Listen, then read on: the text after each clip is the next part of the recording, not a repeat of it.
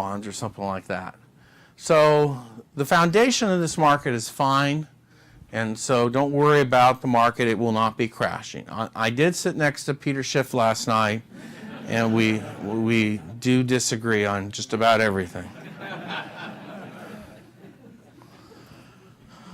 But, you know, it's not a perfect market because the earnings disappeared this year. So this year, earnings are forecast to grow at only 3.4. Last year, they were at 23.8, okay? And we just have very difficult year-over-year comparisons. Sales are phenomenal. They're up 5.9 this first quarter. We didn't expect that. We expect them to be up 4. So this just shows the 11 sectors of the S&P. And that ETF management I do by sectors, and we have a hard time finding more than 4 sectors to buy now, just so you know. So we're not quite fully invested. But when it's green, it beat the analyst estimates. When it's yellow, it met. When red, it missed. And it just shows you that certain industries are stronger than others, like utilities had a lot of miss. Energy had some misses.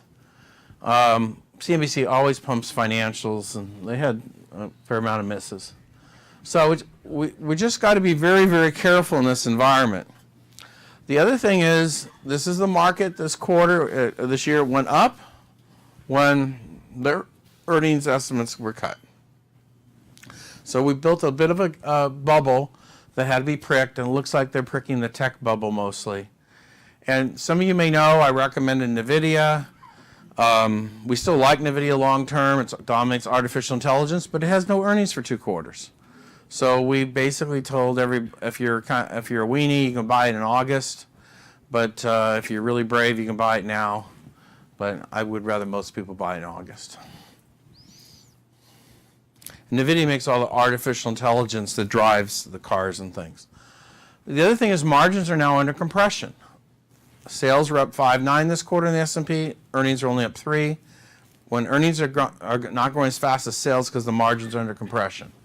So we got to fight that little problem. So we want to find stocks to do the opposite. Still have strong sales, still have expanding operating margins, still have very good earnings growth. We want to find the opposite. So here's the earnings growth on the sectors. And the current estimates are in dark. The estimates at the end of the year were in light. And you can see things are not as good this year as they were at the end of the year. So we are just getting to be more difficult on sales, on earnings. Actually, that was earnings. I'm sorry, that was earnings. This is sales. And we have a similar picture where the estimates are just not quite as strong right now as they were a year ago, even though the economy is great. A lot of it's just the year-over-year comparisons. The other thing is I don't want you to have these big multinationals that are being hurt by the dollar. These are the multinationals here. These are the domestic. So these have more than 50% of sales outside of America. These have less than 50%. So if you can buy more domestic, you'll be more successful in buying the multinationals because the strong dollar hurts the multinationals. I'm always amazed at GDP estimates because the economists can't hit the broad side of the barn. The 3.2% growth we had in the first quarter is going to be revised higher because durable goods and retail sales were very strong in March. By the way, we're going to have April retail sales tomorrow. But what's happening is second quarter, they think we're only going to grow at the Fed thinks we're growing about 1.6. I think they're wrong. I think this quarter is going to be a lot better. So we were static with the first quarter because we had a lot of weather incidents. We had a government shutdown. And none of that mattered in the end. So we see GDP growth accelerating. We have no inflation because of the strong dollar. You know, look at what's happened to oil prices. So you had apparently 2 tankers were attacked on Sunday and disabled. And then you had more drone attacks on pipelines and other things today. And oil prices are remarkably stable amidst all this chaos. We are the largest energy producer in the world. We can tell the people that we used to depend on, like Venezuela, that we don't need their oil anymore. We can squeeze Iran now because we're controlling world oil prices. So we're in a very interesting environment where we're going to have good growth and next to no inflation. I think somebody wants to do that to get elected too, just so you know. And then, of course, when you look at the dividends and retained earnings, they're both steadily rising. And of course, more than half those retained earnings tend to get paid out in dividends. So let's get to our graders, and I'll get to the best stocks. This is what we were trying to hand out for you, but we have a dividend grader, which likes stocks that double their dividends every 6-7 years. The A-rated stocks only last about 5 months, but these are the best dividend growth stocks. Then we have B-rated, C, Ds, and Fs. So the way our online databases work is an A is a strong buy, a B is a buy, a C is a hold, a D is a dog or sell, and an F's a dog with fleas, okay? We have over 1,400 stocks in the database. You can key in any series of stocks. You can key in portfolios. It's updated every week automatically forever. There are 2 websites, Navellier.com, our management company, and NavellierGrowth.com, our newsletter company. You have to keep them separate because of the SEC. And the other thing is they're free. So take advantage of them. It's a powerful tool. We also do it on growth stocks, where we rank stocks on different criteria like earnings momentum, earnings surprises, margin expansion, earnings stability, cash flow, return on equity, sales growth. Anyway, we rank stocks in different criteria, and we have this grading system. I wrote a book on it, but we do like the A stocks here on the growth side. These are the Bs, Cs, Ds, and Fs. Again, all this is online free. So if you're investing, feel free to use our online databases. In your little kits we have there, there's a form if you want us to give you a free portfolio checkup. So we're just here to help you and empower you. There's something special called a AA stock. This is gross, this is net, if we had a high fee, a 10% incentive fee on it. But the bottom line, AA stocks are the strongest things we've ever come across, but we find less than 10 a month. So I want to give you some AA's now and go from there. Now we happen to have 5 AA stocks. They get an A in our dividend grader, an A in our stock grader. ABR is by far my favorite. My second favorite is CSWC. And my third favorite would be TGE. AES is a utility. I'm not big on utilities, but if you want to buy one, that's the best. Oak Tree is actually getting bought out, but it's still appreciating because the company that's buying them is going up, but it had a big surge on that. So I don't think you'll make a whole lot on that.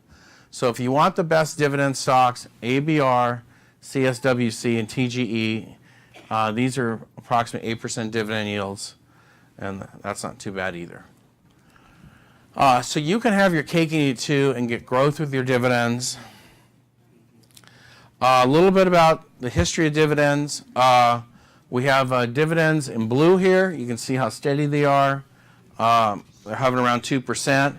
We can see the 10-year Treasury, the 3-month Treasury went above it. But right now they're at a crossing point. We're at a point where if you want yield, you might just want to buy dividend stocks because they're going to be taxed at a lower rate than interest. There's just a lot of good ones to pick from. We prefer dividend growth. We have different types of managed portfolios at our management company. A little bit about the management company. It is a family office, okay? It is not run for profit. I have not paid myself for 17 years, okay? It's just, when you invest with me and my family. We have management fees, but they're a lot lower than, like, Mr. Fisher doesn't like me because my fees are half of what he charges. We're one of the few managers who will run money for 10% of profits billable annually. Your fees just pay for our research, pay for the portfolio accounting, things like that. But we prefer dividend growth. Okay, we have a portfolio called Power Dividend. Yields about 3.7 now. Your dividends double every 6-7 years. We found that's our safest portfolio, and that's confirmed by this Hartford white paper. It showed dividend growth does really well. We can push the dividend yield over 4, get you to about 4.2. But as we push that dividend yield higher, it'll get a little more volatile and you won't have the growth potential. We also run REIT MLP portfolios. If you like to earn over 8, that'll be fully taxable. So There's different ways to do dividends, but we prefer dividend growth, but we do a lot of other types of dividend management. This is just an example that the dividend growers are actually the safest according to Hartford, and we've verified that under our management, and they actually have the less volatility. So they have the lowest beta, which means market sensitivity, and the lowest volatility. While high dividend stuff is going to be a little bit more volatile. So we think dividend growth is a great place to be. And, you know, I have a big bond business. I can sell you BBB corporate bonds. They yield almost 4%. They were yielding 4.6 early in the year, but they're down to 4 now. But the truth of the matter is I prefer dividends now. And dividends are a big chunk of the stock's returns now. It shows you the dividend contribution return is up to 43%. More than half the companies are returning their profits and dividends in the S&P. This is just another example. So, and that's because dividends are taxed the same as capital gains. In the old days, dividends had a higher tax rate, so people didn't want to pay them. Nowadays, because they're taxed the same as capital gains, they're much more popular. So we run different types of dividend portfolios. Power dividend, the dividend growth portfolio, yields 3.7. Concentrate high dividend yields about 4.2. And we push it to REITs and LPs that yield over 8. This is actually the safest. And a lot of our clients will have 2 or 3 of these. And we like to mix in dividend growth with our traditional growth portfolios because one will zig, one will zag. So yesterday, if you had a growth portfolio, it did hurt. We all got spanked. But it would hurt less if you had a dividend portfolio. Are they invincible? No. They do go down. They went down in the fourth quarter. But one tends to zig when the other zags. And they're bargain hunting the dividend stocks today, so that's a good sign too. So before I get to our newsletters and our favorite picks here, these are examples of 5 portfolios we run. And even though the S&P has 5.9% sales growth, we have 17, 16.9, 21.2. Our dividend is 3.3, 14.7, or 23.5. So we have stronger sales in the market. Even though the S&P only has 3% earnings growth, we've got 32.3, 33.5, 40.1. Our dividend growth, power dividend is 29.1. That's pretty good. And this is 53.4 and 23.2. So we always have better fundamentals in the market. And we tend to have nice surprise history, 8, 56, 13, 30, 46, 13.7. So this is something that characterizes our portfolios. We always have fundamentally superior stocks. We tend to have a very high return on equity, so we get a lot of buybacks. We tend to have expanding margins. The S&P has contracting margins. We have expanding. We like low forecasted P ratios, and we have good historical growth. So we are obsessed with doing this, but when we try to find the creme de la creme out there and put you in the best dividend growth stocks, you know, it's hard to find 60 stocks to buy. So things are very, very narrow now. So let me go to the newsletters and give you the best stocks. So some people use us, use our newsletters, they use our free databases. Other people want us to manage money. We just want to do what you want to do, okay? I will tell you one thing. We are moving markets more in the newsletters nowadays. When I make a recommendation, it sometimes has an impact. Not so much on the big stocks, just on smaller stocks. Something like a CyberArk, which did well today because it had good earnings. There's a service out there called Zacks that copies me 85%. So after I make a recommendation, then they pick me up, and then they pump my stock higher. So some of this whole money management business is knowing when to get in. So in our management company, we will buy ahead of the newsletters. We do not drive stocks higher. Pete, my head trader, is very sneaky. But part of the advantages of management, we get you in a little early, and then the newsletters come, Zacks comes, and pop, pop, pop. So that's another reason some people hire us as managers, is they just want to get in early. But here is our, what used to be called our blue chip letter. It's called Growth Investor now. And these are the conservative ones. And we normally like to have 60% of the money in conservative stocks. And the first thing I want you to know is I have my ratings here, A, B, C, etc. And you can see there's very few A's right now. And if you are starting a portfolio today, I'd only like you to buy the A's. So HEICO, which is a defense stock, is an A. VRSK is an A. Verizon's an A. VeriSign's an A. VMware's an A right now. So I can't have you get fully invested right now if you're following this letter. We found some more A's down here. Keysight, which is helps to upgrade everybody for 5G app. Cadence Design, which had great earnings. AutoZone is another one that we really like. We go to moderately aggressive stocks. Chipotle, we really like. The risk of Chipotle is someone will bring a mouse to the restaurant and put it on the video, okay, and short the stock. I can't stop millennials from manipulating things, but that's another risk. But Chipotle is back. You know, if you travel around the U.S., you may know that we don't have good Mexican food in a lot of parts of the United States. So Chipotle fixed that, fortunately. We like FTNT, cloud computing. We like Lululemon. Lululemon isn't just yoga pants. It's basically kids' athletic apparel. They really dominate all the high school apparel now for boys. And so the girls know what it is, okay. But, you know, Nike and Under Armour used to sell to kids. Now Lululemon's very dominant. Team just got upgraded by Goldman Sachs, popped 18% last week. Xilinx is a 5G chip company, looking awfully good.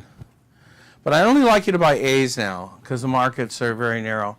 And the only aggressive A I got is VEEV. So I hope you're getting an impression that it's little slim pickings out there.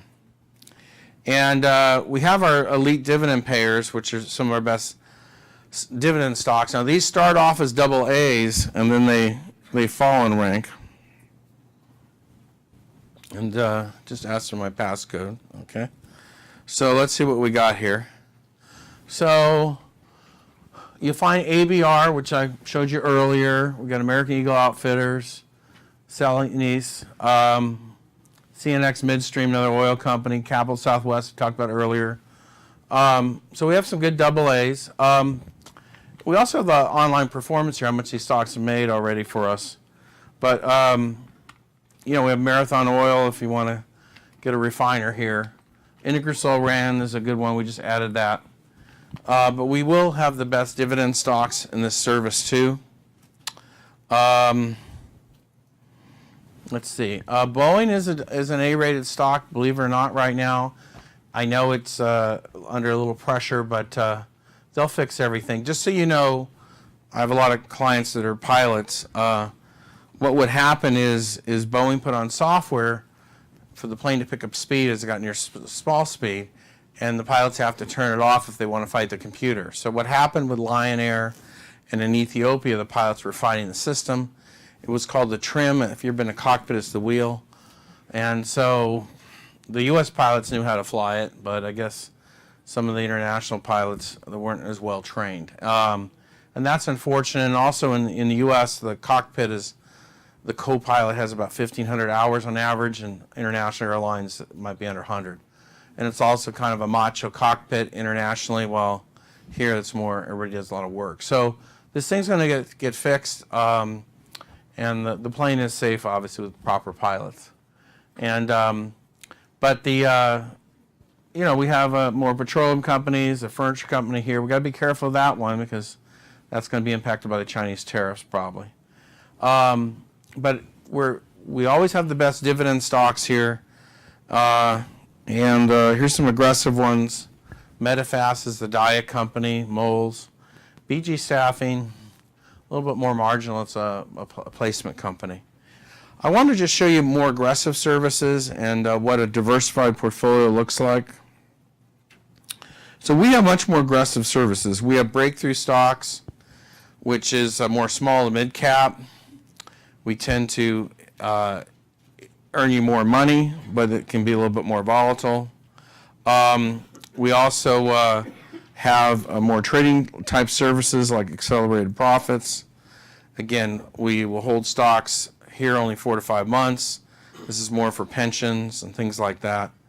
And this is actually an interesting service. You can see these are not household names. You got ALOT, Team, which was up 18 last week, Car Gurus. Here's a good Israeli stock. It says Netherlands, Israeli. CyberArk, another Israeli stock.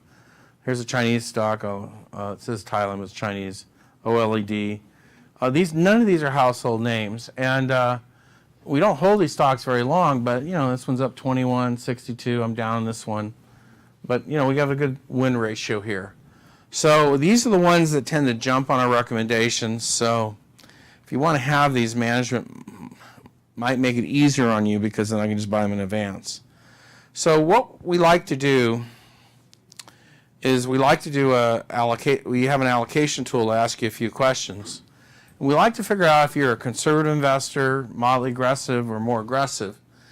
I'm more moderate, just so you know. Some of you folks might be more conservative. And if you're more conservative, we're going to skew more to dividends, more to the blue chip growth type of stocks. If you're more aggressive, then we'll spice it up a little, okay?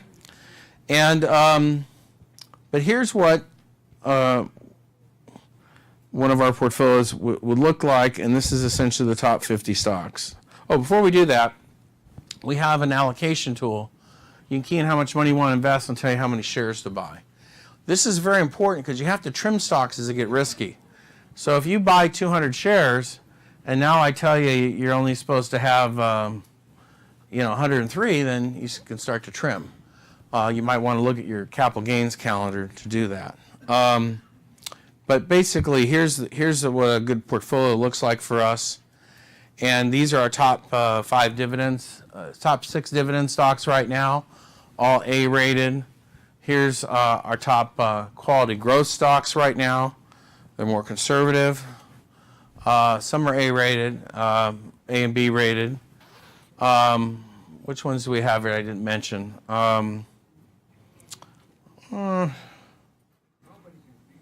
Yeah, I know. That's why we got to give you a checkup. And I apologize. Then we have our breakthrough stocks. BSTC is excellent. Medifax is excellent. Metaplace Holdings we like. Match.com, believe it or not, is good. And then accelerated profits, we have a lot of the spicy stocks. So these are examples of big diversified portfolios that we do for people, but it always starts with a free portfolio checkup. So if anyone would like a portfolio checkup, we'd be honored to give you one. You can go online and use our online tools and try to do it yourself. But we're here to empower you, and the main thing we want to do is we kind of want to be the straight person at the money shows and just tell you the truth. And we just want to compound your money at a fast clip. But we do want to give you the smoothest ride possible. We are known as a great risk-adjusted manager. I have some of my portfolios that have the lowest beta, the lowest standard deviation, the lowest volatility of their peer group. And those are just one portfolio. If we mix in more, we can really smooth it out even more. I just have a few minutes for questions, and I'm going to run to the airport, but why don't we take some questions? Yes, sir. You mentioned the spread on a ETF. How do you find the spread? You go to Morningstar, and it's called Intraday Indicative Value. How to find the spread on an ETF. So I'm going to do it right now. I'm going to go to Morningstar.com. It's free. Okay. Let me refresh. And it changed. When I was talking to you earlier, it was 4 cents. Now it's down to 3 cents. So we're at the close. Yesterday it was 32 cents when I was talking. So intraday indicative value is the actual value of the stocks in the ETF. But if you bought it today, they're going to charge you a 3-cent premium. Now you can put a limit order in below that if you like, but it should be day only and it should be set to expire at the end of the day. So this is how Wall Street makes money, okay? And ETF trading has changed. We used to have Cantor Fitzgerald, Goldman, and Jefferies dominate the trading. Now it's Citadel, okay? That's that guy Ken Griffith. He buys all the fancy homes everywhere, okay? But what it is when your brokerage firm takes your order and places it, they can lay it off on Citadel, or they might want to put it in-house and take the spread in-house. And what bothers me, again, I was in a deposition with a big household firm because we're an informant on this, is this firm is forcing the orders at the wrong time of day when the spreads are wide so they could pad themselves, okay? And there's these new platforms out there like no transaction ETFs, buy no commissions. Do you know what that means? That means we're going to fleece you on the spread, okay? So, and that fact, that firm that was being deposed last week, I was there as the expert, has blown up all these managers. There was a manager called Good Harbor that blew up, couldn't force the orders through with iShares, which are pretty big liquid ETFs. There was another manager that blew up, okay? Actually, another 2.5, I could say. So what it is Wall Street's trying to trick you, okay? They're trying to say, you know, there's hardly any fees, the costs are low, but they're making their money, and they're trying to encourage you to trade, okay? On SPY, if you day traded that, you make no money since the start of 1993 after the spreads. There's other, I don't have the chart with me, but I could get you an updated one. So, you know, these things hurt your returns. So we went out to prove that, you know, if you trade them, I don't trade through firms. I call the ETF firm and do a block, and I get that at their cost. You know what I mean? So I just bypass the whole system, just so you know. But then the firms don't like me because if I manage the money, their desk isn't making the money. And this is why I have a big bond business. I have a bond business squeezing spreads. Bonds have always had the biggest markup for the firms. They can be, I don't know if you knew it, they're starting to disclose this, but like at a firm like Merrill Lynch, if you bought a bond's $100,000, they have to charge $100, but they can charge up to $3,000. So you have to ask them, what's my spread, okay? They're now disclosing that. But they had discretion. The broker had discretion to pad it. But they would tell you there's no commission, you see? Because they got paid in the spread. So ETFs are just a new way to do it. Now, it's like anything in life, ETFs properly done are great. And I manage it, and I'm highly rated. But just buyer beware. And my real point today is just don't buy a pod ETF, please, okay? Because it's just, the markup's too big. Like MJ? MJ is the one I wrote about and exposed, yeah. Yeah, and then it just gets me so mad because CNBC's up there pumping it on TV, and they don't tell anybody. In fact, that was Melissa, one of the Asian gals asked a question, and they cut her off, okay? And it's wrong. You know, they were pumping Uber. There's no earnings on Uber, okay? And then all the insiders bail in 120 days, as do all IPOs. No wonder it didn't work, okay? But they're very close to Wall Street, and that's wrong. You don't see me on there lately, if you noticed, because I'm. I guess I've gotten cranky in my old age. Other questions? Yeah. If you use your limit and day orders, can you pretty much beat the spread thing we're talking about? You can't really beat the spread. You can just do the day limit. But the only time to capitalize is in the flash crashes. And about 10 years ago, we had a flash crash. And I can show it to you briefly. So here's what happens during flash crashes. So this is DVY. This is the big dividend ETF that's 5-star. This was the flash crash 10 years ago. So in theory, you might have bought it at a discount back then. But here was the real bad one, which was August 25th of 2005. It dropped 34.95% intraday. By the end of the day, it's never happened. Morningstar doesn't show you this volatility because Morningstar does their math wrong. They just show you day-end pricing. So all the games that go on in the middle of the day, they don't show. If you use limits, you won't get caught. You won't get caught, correct. Correct. But let me show you Morningstar here. Here's Morningstar. And they show you the spreads. These are the spreads here. But these are based on the closing prices at the end of the day. So all the games that go on during market hours, they don't show you. So they do their math wrong, in my opinion. You think Thanks. Equivalent mutual fund instead of ETF, does that take care of the problem? Sure, because a mutual fund is always at NAV, net asset value, and you get at the end of the day pricing. Yeah, I still prefer funds. I have most of my money in funds. But the other reason I have my money in funds is my assets are growing. As the fund grows, it dilutes the capital gains distribution. So me and the clients in the fund actually pay less taxes. The only problem is the average fund fee is 1.25%, which I pay myself. They pay me 0.3 of that, but managed accounts have a lot lower fees. So a lot of people still want to do managed accounts versus funds, just because of the fees. Great question. Other question? Yes, sir. Fees come out for your managed money. Well, we have two types of fees. The fees start at 1.25%, but they get discounted real quickly. So a lot of our clients are paying 0.6, 0.82, depending on the size of their account. But that's the annual rate, and they come out quarterly. Okay.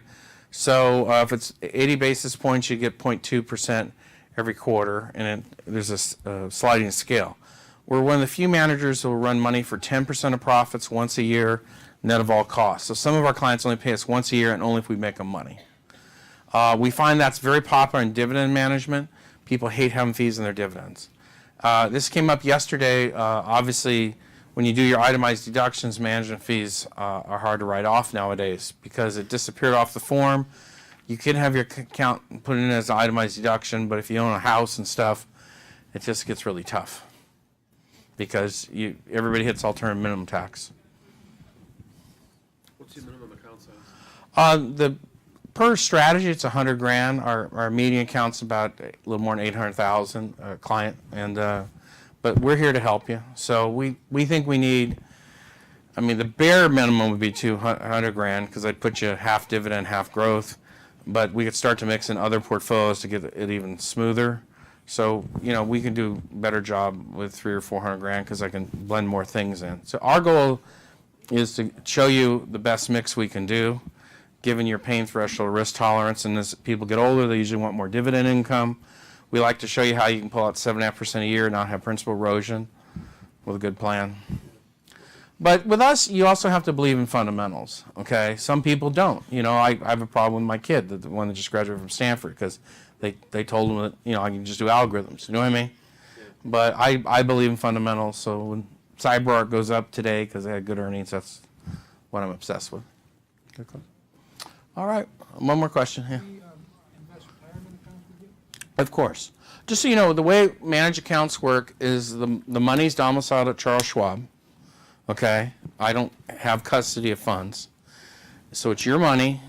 You give me trading authority. I can't withdraw your money. Okay, and you can fire me any day. Okay, so if you decide I'm going to do it myself, then you can fire me. But we only work with Schwab, and if you want to know why we only work with Schwab, I had a big fight with TD on their no transaction ETFs. Okay, they sub it out to Virtue, which is a algorithmic preferred to pad the trade. So I really am at war with TD Ameritrade. I do have to pay Fidelity if you open an account there. They want $50,000 a year from me. So I never got to scale with Fidelity, so I just prefer Schwab. My traders prefer Schwab. We prefer the ops there.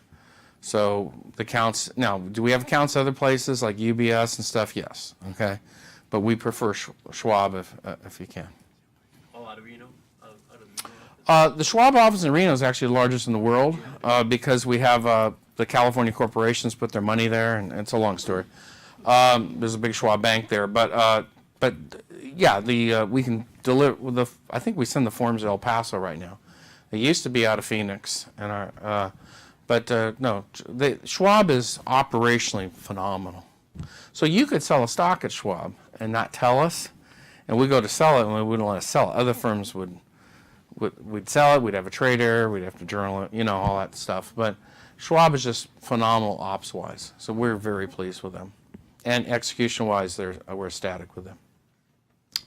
So, folks, I have to go catch a plane. So, thank you again.